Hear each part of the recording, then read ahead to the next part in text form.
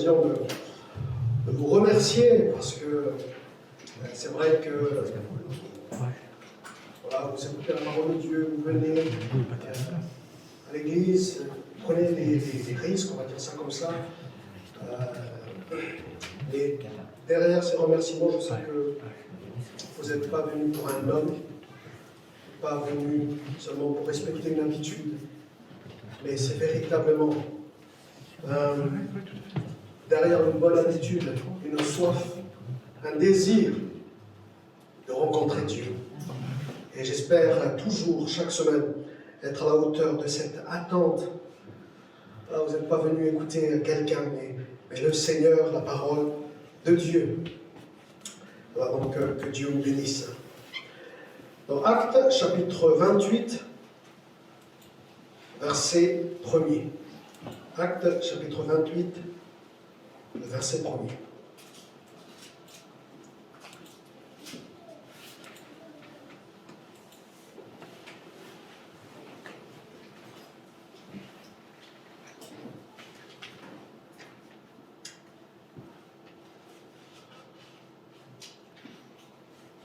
Voilà ce qu'écrit Luc. Luc, l'écrivain du livre des Actes, et il était à ce moment-là en compagnie de l'apôtre Paul. Après nous être sauvés du naufrage, ils sont sauvés du naufrage dans un bateau, nous reconnûmes que l'île s'appelait Malte. Donc ils ont fait naufrage sur Malte. Malte qui est encore connue aujourd'hui. Les barbares, c'est-à-dire ceux qui n'étaient pas grecs, nous témoignèrent une bienveillance peu commune. Ils nous recueillirent tous auprès d'un grand feu qui avait allumé parce que la pluie tombait et il faisait grand froid, comme aujourd'hui. Paul, ayant ramassé un tas de broussailles et l'ayant mis au feu, une vipère sortit par l'effet de la chaleur et s'attacha à sa main. Quand les barbares virent l'animal suspendu à sa main, ils se dirent les uns aux autres, assurément, cet homme est un meurtrier, puisque la justice n'a pas voulu le laisser vivre après qu'il a été sauvé de la mer. Mais Paul secoua l'animal dans le feu et ne ressentit aucun mal. Ces gens s'attendaient à le voir enfler ou tomber mort subitement. Mais, après avoir longtemps attendu, voyant qu'il ne lui arrivait aucun mal, ils changèrent d'avis et dirent que c'était un Dieu. Amen. 60 ans après Jésus-Christ, après sa mort et sa résurrection, 60 ans après, on voit l'apôtre Paul sillonner l'Empire romain, le bassin méditerranéen, on va dire. Et en sillonnant le bassin méditerranéen, il prend des bateaux, et des fois il marche, mais il était toujours en compagnie de certaines personnes, des collaborateurs. Mais là, le bateau où il était, vous connaissez l'histoire, dans Actes chapitre 27, va faire naufrage. Pourquoi? Parce qu'il y avait une tempête. Et de cette tempête, donc du coup il y aura naufrage, et ils vont faire naufrage sur l'île appelée Malte. Le prisonnier, qui était Paul, parce qu'il était en prison à cause de la prédication de l'évangile, le prisonnier, quand on lit l'histoire dans Actes chapitre 27, ben lui, c'est lui qui a sauvé les marins ainsi que les soldats dans le bateau. C'est lui qui l'a sauvé. Parce que lui, il dit, il ne faut pas quitter le bateau, rester dans le bateau, comme ça tout le monde va survivre. Eh bien, grâce à lui, tout le monde va être sauvé. Le prisonnier va être la source du salut de tout l'équipage. Pourtant, il n'avait pas de diplôme de capitaine. Mais il a reçu une parole de Dieu qu'un ange du Seigneur lui a révélée. Il a dit à tout l'équipage, il a dit, mais un ange du Seigneur que je sers m'a parlé, et va dire, tout le monde va être vivant. Il s'est appuyé là-dessus, il ne s'est pas appuyé sur ses connaissances, il n'en avait pas. Mais il s'est appuyé sur la parole de Dieu, et tout le monde a été sauvé. Alors qu'au début, il méprisait la parole de Paul. Ça, c'est pour nous un exemple, vous lirez chez vous le chapitre 27, que même si on n'a pas de compétences, même si on traverse des tempêtes et des naufrages, quand il y a une parole de Dieu qui nous est communiquée, que ce soit par l'esprit, par les prédications ou par la méditation quotidienne, eh bien, il faut s'attacher à celle-ci, parce que c'est elle qui va être notre refuge, c'est elle qui va être source de salut. Le naufrage au départ et le serpent par la suite, ce sont deux choses qui pourraient faire mourir Paul. Mais il n'en était rien, parce que Paul a reçu une parole de Dieu. Paul savait qu'il allait comparaître devant César pour témoigner. Et du coup, grâce à cette parole, eh bien, Paul était sûr que même le naufrage et même le serpent, on va le voir, ne pourraient arrêter l'œuvre de Dieu. Verset 25, acte 27. Courage, mes amis, car j'ai confiance en Dieu, qu'il en sera comme il m'a dit, parce que Dieu lui a dit qu'il allait comparaître devant César. Et du coup, je me pose la question, est-ce que j'ai toujours cette foi-là de Paul? Est-ce que j'ai foi dans la parole de Dieu? Même si tout semble aller en sens inverse de la parole de Dieu, je crois. Tombé dans une prière tout à l'heure. Je crois, même si on l'a chanté aussi, même si je ne le sens pas, même si tout est de vent contraire, mais je crois. Je crois en Dieu et je crois en sa parole. À l'exemple de Sarah, qui était enceinte et qui n'était pas enceinte, il ne pouvait pas, elle était déjà âgée, mais Abraham et Sarah ont reçu une parole. Et ils se sont confiés dans cette parole. Quelle est cette parole que Dieu vous a donnée? Eh bien, appuyez-vous là-dessus. Appuyez-vous sur cette parole. Ce que Dieu dit, il va l'accomplir. Ce que Dieu a dit, ce que Dieu vous a dit, ce que Dieu m'a dit personnellement, ça va s'accomplir. Un réveil spirituel sur Malte. Il y a eu un réveil. Ce n'était pas le chemin de Paul, mais on dirait qu'il fallait qu'il passe par là. On dirait qu'il fallait qu'il passe par ce naufrage. On dirait qu'il fallait qu'il atterrisse sur ce pays, sur cette petite île, pour que le père de Publius, qui était malade, puisse avoir la guérison, et que beaucoup d'entre eux puissent avoir la guérison, et que toute la ville, tout le pays, d'après certaines preuves archéologiques, les spécialistes disent que Malte était une colonie romaine qui est le plus christianisée. Le plus christianisé de tout l'Empire. Grâce à un naufrage. Du coup, frères et sœurs, je ne sais pas par quelle tempête ou naufrage, un naufrage, c'est pas une tempête, c'est un naufrage, ça veut dire que c'est peut-être l'échec. C'est peut-être ne pas voir l'aboutissement du projet ou ne pas voir l'aboutissement du rêve que Dieu a mis sur mon cœur. C'est un échec. Mais notre échec peut être dans le plan de Dieu. Pour les autres, pour la vie. Et là, j'ai noté, nous ne comprenons pas toujours comment Dieu opère les choses, mais il sait ce qu'il fait. Je ne vois pas toujours peut-être l'aboutissement des choses que Dieu m'a dit, des promesses que Dieu m'a dit, mais Dieu sait. Dieu sait ce qu'il fait. Des fois, c'est toujours difficile et surtout dans l'épreuve, dans la souffrance. Il y a un spécialiste qui dit, un spécialiste de relations d'aide, il dit que ce qui est difficile dans la souffrance n'est pas tant la souffrance, mais c'est le manque d'information quant à la souffrance.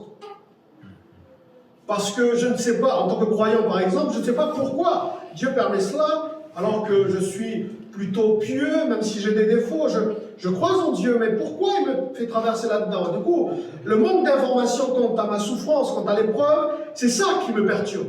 C'est ça qui est une épreuve pour moi. Que je souffre, il n'y a pas de souci, si je sais pourquoi, je sais pourquoi je souffre. Mais là, je ne sais même pas pourquoi je souffre. Et peut-être que c'est ça qui est le plus dur. Mais Dieu sait. Trouvez dans votre épreuve, dans votre souffrance, cette foi que Dieu sait toutes choses.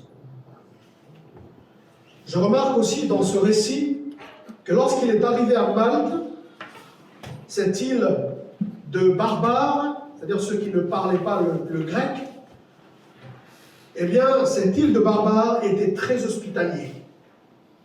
Ils ont accueilli, verset 2, avec une bienveillance peu commune, une grande bienveillance.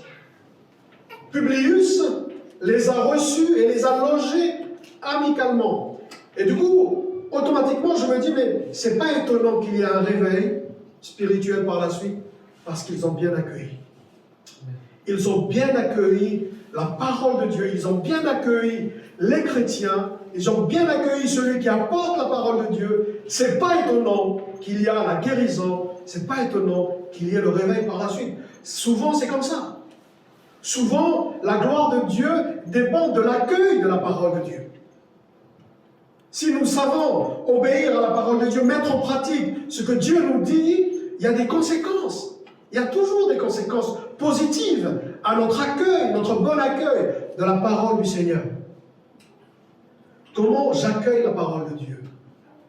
Est-ce que je l'accueille avec une bienveillance peu commune? C'est-à-dire une bienveillance qui est au-delà du respect, juste du simple respect, au-delà de la simple politesse. Je l'accueille non pas seulement parce que je suis poli, je l'accueille non pas seulement parce que j'ai du respect, mais je l'accueille parce que c'est la parole de Dieu.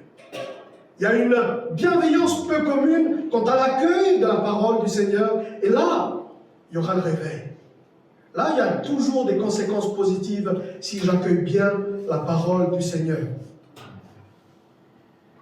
Comment considérons-nous le frère, la sœur? Comment l'accueillons-nous? Est-ce que nous l'accueillons avec une bienveillance peu commune? Je vous assure, si nous accueillons un frère ou une sœur, la Bible dit, Jésus dit, même si on lui offre juste un verre d'eau, on ne manquera pas de récompense. C'est incroyable ce que Jésus dit au travers de cette parole-là, c'est que des fois, certaines conséquences positives dépendent de la façon dont j'accueille un frère, de la façon dont j'accueille une sœur, et particulièrement parce qu'il porte la parole de Dieu avec lui. Souvent, quand je vais faire des visites, eh bien, je termine avec une parole, un verset. Parce que je veux partir avec l'idée qu'on a accueilli la parole de Dieu et non pas un homme. Amen. Parce que c'est ça qui fait la différence. Dans la parabole du semeur, Matthieu 13, Jésus nous parle surtout des terrains et non pas de la semence. Il y a différents terrains. La semence, c'est la même, mais il y a différents terrains. Du coup, il y a différentes façons d'accueillir la parole de Dieu. Il y a différentes manières. Et la bonne manière, c'est de l'accueillir comme les Maltais, avec une bienveillance peu commune. Mais ce n'est pas là mon thème ce matin avec vous. Le titre, ne vous inquiétez pas, ce n'était pas mon introduction. Mais le titre de ma méditation, c'est l'apôtre Paul et la vipère. Je suis toujours dans la thématique du fait que derrière le matériel, il y a toujours l'immatériel. Derrière le visible, pardon, il y a toujours l'invisible, toujours le spirituel. Derrière les choses qu'on voit, derrière le monde qu'on voit, souvenez-vous du verset, il y a toujours la puissance du malin, parce que le monde gît sous la puissance du malin. Il y a toujours quelque chose de spirituel derrière. Et du coup, au travers de ce récit de la vipère, je l'appelais comme ça, eh bien, il y a un enseignement spirituel à en retirer. Elle pourrait être celle-ci, cet enseignement. Elle pourrait être celle-ci, celui-ci. Les serpents ou les vipères ne peuvent se cacher derrière la chaleur. Il y a un feu qui fait sortir les vipères. Il y a le feu de l'esprit, il y a le feu de l'épreuve, ou le feu Je l'ai assimilé au feu de la sanctification. Et il y a le feu du jugement dernier. Du coup, ces feux-là vont éloigner les vipères. Chose mauvaise. Soyez remplis de l'esprit, dit l'apôtre Paul. Parce que lorsqu'on est rempli de l'esprit, je le crois, des vipères ne résisteront pas. Déjà, dans notre extérieur, pas seulement dans notre intérieur, on va le voir après, mais dans notre extérieur, la Bible dit, Jésus dit, Marc 16, 17, voici les miracles qui accompagneront ceux qui auront cru en mon nom. Ils chasseront les démons, ils parleront de nouvelles langues. Ils les chasseront. Comme cette vipère qui est sortie quand il y a le feu. Le feu qui vient d'en haut. L'onction, le Saint-Esprit. On va le résumer comme cela. Le Saint-Esprit en nous. Et du coup, on pourrait en parler...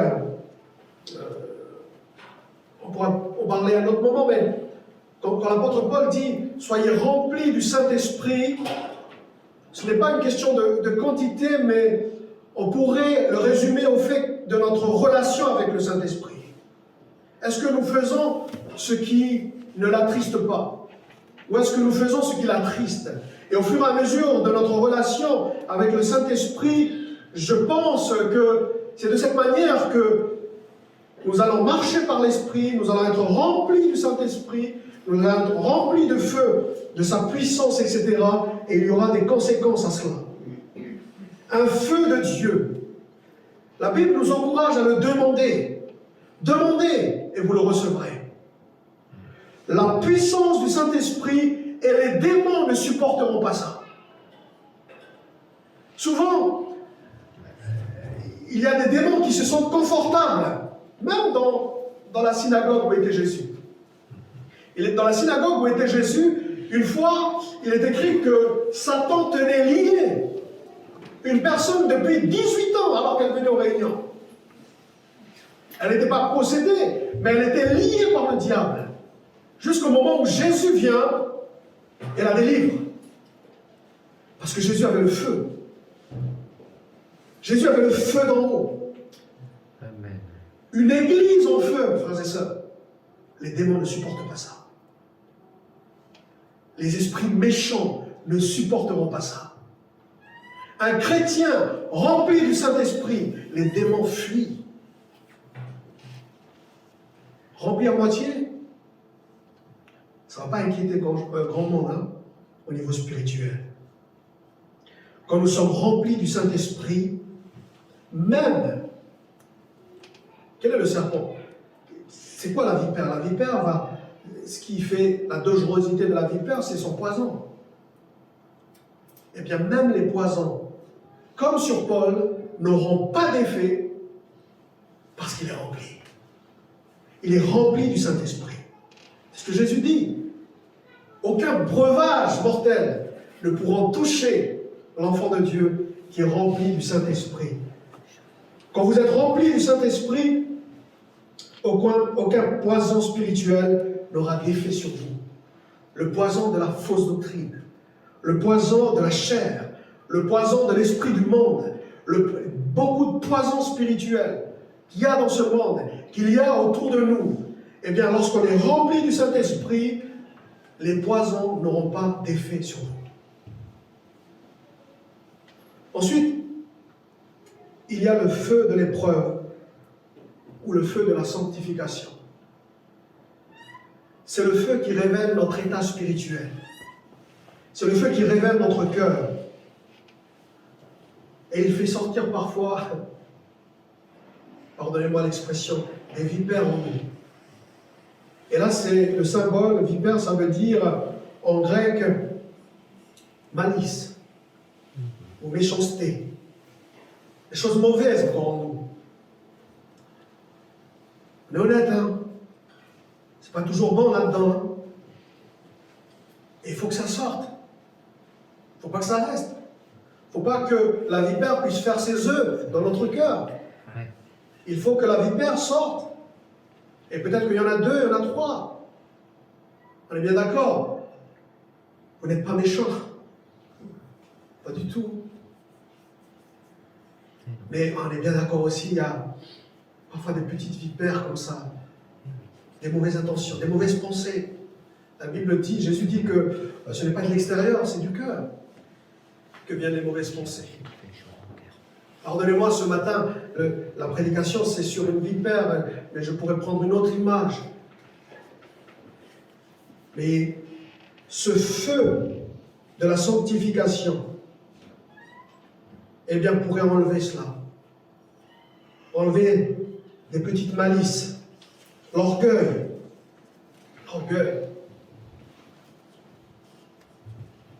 la méchanceté, l'égoïsme, toutes ces petites choses qui pourraient nous empoisonner. Mon cœur et les relations avec les autres. Il y a des poisons comme ça. Des poisons qui empoisonnent le couple, empoisonnent la famille. On ne le considère pas toujours comme des vipères. Mais je crois, frères et sœurs, que le poison du serpent, il ne se voit pas tout de suite à la morsure. D'ailleurs, il est écrit que les Maltais, ils s'attendaient à voir enfler plus tard l'apôtre Paul, parce qu'ils savent que le poison va faire effet après. Ce n'est pas toujours au moment où la parole est dite, mais les conséquences sont graves par la suite. Voilà le genre de poison que ces petites vipères peuvent faire, que ce soit dans nos cœurs ou dans nos relations. Eh bien que le feu de la sainteté, quand on marche dans la sainteté de notre conduite, eh bien des vipères sortent de nos cœurs. Et permettez-moi une petite parenthèse psychologique. La vipère, on n'étudie pas ça en psychologie, mais c'est une petite parenthèse que j'ai voulu faire. En fait, la vipère utilise son venin pour les proies, mais aussi pour se défendre. Et je pense que c'était instinctif chez la vipère de s'accrocher à l'apôtre Paul parce qu'il était dans la défensive. Et du coup, ça m'a fait rappeler une expression de quelqu'un qui est sur la défensive. Est-ce que vous êtes sur votre défensive? On va voir pourquoi, on va voir ce que c'est. Et en regardant bien ce que ça veut dire, eh bien parfois être sur la défensive peut être un danger pour notre relation, nos relations. Ça veut dire être sur la défensive. On pense qu'on va nous attaquer. On pense que les gens qui vont venir nous côtoyer vont nous attaquer. Je vois souvent ça lorsque on distribue des tracts. Eh bien, même leur corps les trahit. On voit qu'ils sont sur la défensive. Mais dans nos relations, ça peut être pareil. Des fois, le corps peut trahir quand quelqu'un est sur la défensive. Parce qu'il pense que la personne en face va l'attaquer. Et il est tout le temps sur la défensive, peut-être à cause d'un passé, peut-être à cause d'un événement qui s'est passé dans sa vie. Du coup, cette personne qui est sur la défensive, même la manière de s'exprimer est inadaptée à ses relations. Parfois pas respectueux du tout. Et du coup, c'est ça qui empoisonne parfois nos relations. Comme il est sur la défensive, comme elle est sur la défensive, eh bien, comme la meilleure défense est l'attaque, il va attaquer par des reproches sarcastiques, des propos blessants, parfois de l'ironie, mais blessant. Mais en fait, comme la vipère, il était sur la défensive. Et souvent, ce genre de personnes-là, je ne peux pas trop leur reprocher cela, parce que peut-être c'est dû à un certain passé. Mais quand on est rempli de l'esprit, frères et sœurs, eh bien, on ne pense pas à attaquer la personne qui ne veut même pas nous attaquer, mais on est rempli de l'esprit de douceur et d'humilité. Et malheureusement, quand on est sur la défensive, on rate des connaissances, on rate des, comment dirais-je, on ne découvre pas la personne qui est en face de nous. Souvent, lorsqu'on parle un peu avec certains couples, eh bien, ils ont formé leur couple, mais il n'y a pas eu de guérison avant, chez le cœur de l'épouse, par exemple, et tout au long de leur mariage, eh bien, l'épouse a toujours été sur la défensive quant à son mari, alors que son mari ne veut pas du tout l'attaquer. Et des fois, c'est l'inverse. C'était juste une parenthèse psychologique, je l'appelle ça comme ça, parce que la vipère, elle se défend. Mais du coup, en se défendant, elle blesse. En voulant se défendre, elle blesse les autres. Elle blesse les cœurs. Elle blesse les relations. Que le Saint-Esprit nous aide ce matin à ouvrir nos cœurs à son action, à son amour, à sa douceur. Soyez rassurés, lorsque l'on sait qui nous sommes en Christ, il n'y a pas lieu d'avoir peur de celui qui est en face de nous. Enfin, il y a le feu du jugement dernier. Jean-Baptiste disait, voyant venir à son baptême beaucoup de pharisiens et de sadducéens, il leur dit, race de vipères, qui vous a appris à fuir la colère à venir? En fait, ce sont des personnes qui, à l'annonce du feu du jugement dernier, ils vont chercher à fuir la colère. Et parfois, à l'annonce du jugement de Dieu, les hommes, comme cette vipère, ils vont s'attacher à la main de Dieu, comme la vipère va s'attacher à la main de Paul. Mais Paul va secouer l'animal dans le feu, et l'animal va tomber, celui-ci va se détacher. Et pourquoi je dis ça? Des fois, il y a des chrétiens qui se sont attachés à la main de Dieu pour la mauvaise raison, avec de mauvaises motivations. Et du coup, ça ne dure pas, leur vie chrétienne.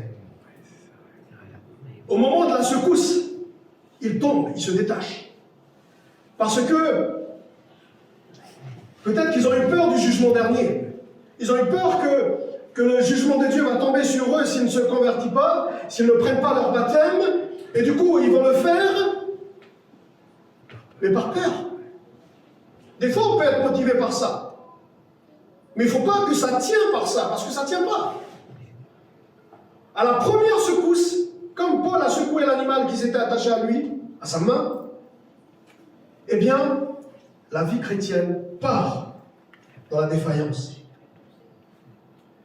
Ce sont des personnes qui s'attachent à Dieu pour ce que Dieu peut leur donner, parce qu'ils se sont attachés à la main de Dieu qui donne. On vient à Dieu pour les bénédictions. On vient à Dieu que pour les miracles. On vient à Dieu que pour être béni.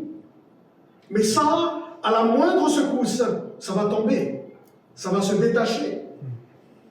Je m'attache à Dieu, non pas pour ce qu'il me donne. Aussi, je m'attache à Dieu, non pas par peur du jugement de Dieu. Le premier commandement, c'est « Tu aimeras le Seigneur ton Dieu ». Je m'attache à Dieu par amour pour lui. Pour qu'à la moindre secousse, à la moindre tempête, au moindre naufrage, je m'attache toujours à Dieu. Ne pas s'attacher par peur, mais par amour et par obéissance. Voilà les 3 feux qui ont fait sortir la vipère. Et du coup, il y a un autre point que je voulais souligner, c'est les barbares qui étaient superstitieux. Une foi qui est devenue superstitieuse. Quand ils ont vu la vipère attachée à la main de Paul, eh bien ils ont dit, mais lui qui n'a pas survécu au naufrage, certainement que c'est un meurtrier parce que la justice est tombée sur lui. Et ils s'attendaient à voir que l'apôtre Paul va mourir, mais là, il ne le voit pas mourir, et du coup, il dit, mais c'est un Dieu. Et là, on est passé de meurtrier à Dieu. Je ne sais pas si vous voyez la différence entre quelqu'un de coupable et un Dieu. Qu'est-ce que ça veut nous dire? Eh bien, parfois, par nos préjugés, nos croyances et nos superstitions, eh bien, on donne des conclusions hâtives. Ah ben tiens, s'il est arrivé là, ben parce qu'il a péché. Et nous, les chrétiens évangéliques, on est champions de la théologie, de la conclusion hâtive. Ça veut dire, on voit une situation, on a constitué déjà l'arbre de responsabilité. Ah ben c'est parce que lui, il n'a pas fait ça, il est allé dans cet endroit-là pour que lui, l'autre, et on constitue des responsables comme ça. Et du coup, on se culpabilise parce qu'on n'a pas bien éduqué ses enfants, on se culpabilise parce que c'est de ma faute, etc. On est très champions de cette théologie-là. Des fois, frères et sœurs, ça peut devenir de la superstition. Parce que c'est plus la foi. On ne fonctionne plus par la foi, pardonnez-moi le mot fonctionner. La foi, c'est aussi de laisser le champ d'action pour Dieu. Oui, il y a ça. Oui, des fois, il y a des responsabilités. Oui, il y a ça, mais il y a toujours un champ d'action pour l'action de Dieu. Il y a toujours un champ d'action dans ma vie, dans mon esprit, dans ma foi, pour laisser Dieu agir dans cette situation. Parce que si je ne laisse pas de champ d'action pour Dieu, eh bien tout de suite je vais donner des conclusions hâtives.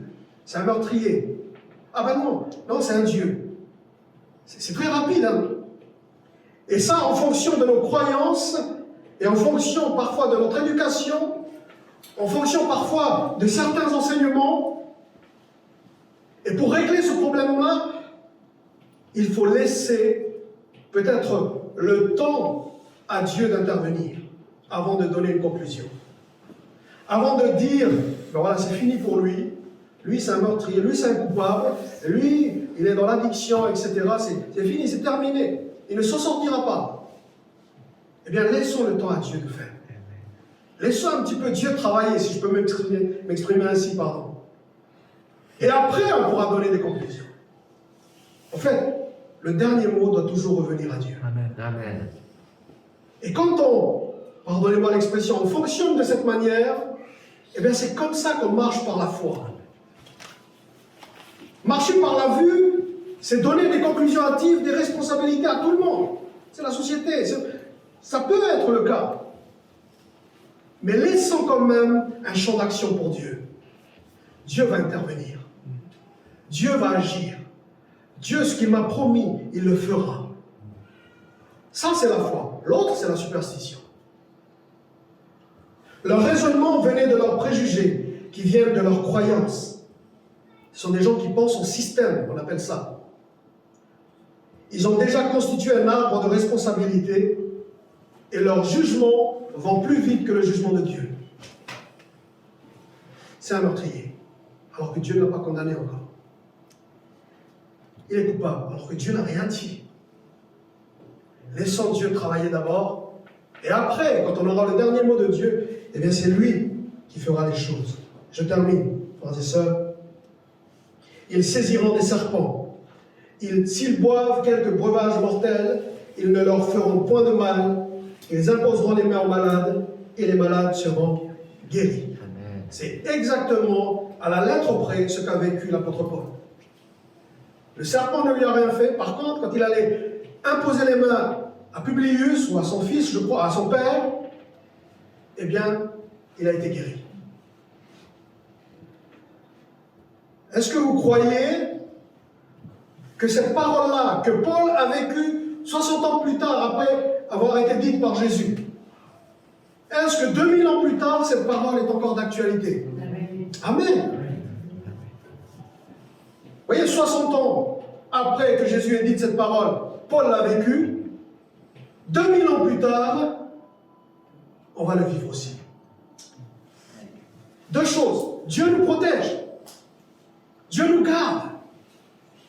Surtout quand on veut faire l'œuvre de Dieu. Et la deuxième chose, eh bien, Dieu guérit encore aujourd'hui. Nous devons être, bien évidemment, sages dans nos actions, mais nous devons surtout avoir foi en la parole de Jésus, même si ça a été dit 2000 ans plus tard, 2000 ans avant. Et si mon frère, ma soeur, tu es malade, si il y a comment on pourrait dire, des vipères qui ne veulent pas sortir, avant de donner une conclusion à cette situation, avant de donner un amen négatif, c'est bon, c'est fini. Eh bien, l'exhortation de l'apôtre et les prières que j'ai entendues tout à l'heure, ben je croirai encore. Je crois. Je veux laisser encore le temps à Dieu qu'il intervienne. Et après, je pourrai parler. Tant que Dieu ne m'a rien dit sur cette situation, je continuerai de croire. Tant que Dieu ne m'a rien dit sur mes enfants, je continuerai de croire en Dieu. Tant que Dieu ne m'a rien dit sur ma maladie, eh bien, je continuerai de croire, parce que je ne suis pas superstitieux. C'est Dieu qui dit dans sa parole. Paul l'a vécu, et moi, je veux le vivre aussi. Amen. Paul n'était pas un contemporain de Jésus. Paul a vécu la parole de Jésus 60 ans plus tard. Et on sait, de par la Bible, que Jésus-Christ est le même hier, aujourd'hui et 60 ans plus tard. Non, éternellement. Amen. Éternellement, il est le même. Amen. Amen. Alléluia. Que Dieu nous donne d'avoir la foi, que Dieu nous donne d'avoir de l'espérance ce matin, et qu'il nous bénisse tous ensemble au travers de sa parole. Amen. Père Céleste, merci. Merci pour l'espérance que tu nous communiques par Jésus-Christ, notre Sauveur. Tu es le même hier, aujourd'hui, éternellement, et ce qu'a vécu l'apôtre, je le crois, frères et sœurs, pour les frères et sœurs qui sont là devant moi, eh bien, vont le vivre aussi, Seigneur. Oh Dieu, je ne sais pas qui c'est qui passe par des situations difficiles, compliquées, où certains dans son entourage ont déjà donné une conclusion à sa situation. Père, nous voulons encore te donner le temps d'agir. Nous voulons encore te donner un champ d'action. Parce que nous avons foi en toi.